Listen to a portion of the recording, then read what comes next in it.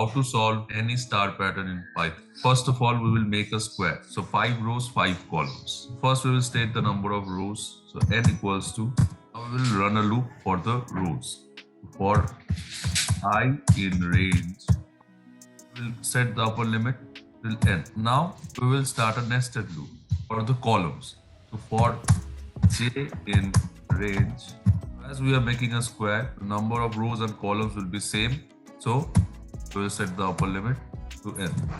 Now we are printing stars, and then a star we have to give a end parameter for the spacing. So end is the string. Very important part, we have to end the loop. So we are giving a print statement here.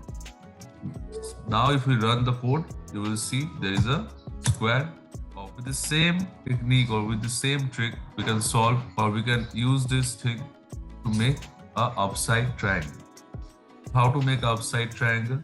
So for the upside triangle, the value of I is adding +1 in every loop. That means every time the loop is running, the value of I is adding 1. So I equals I.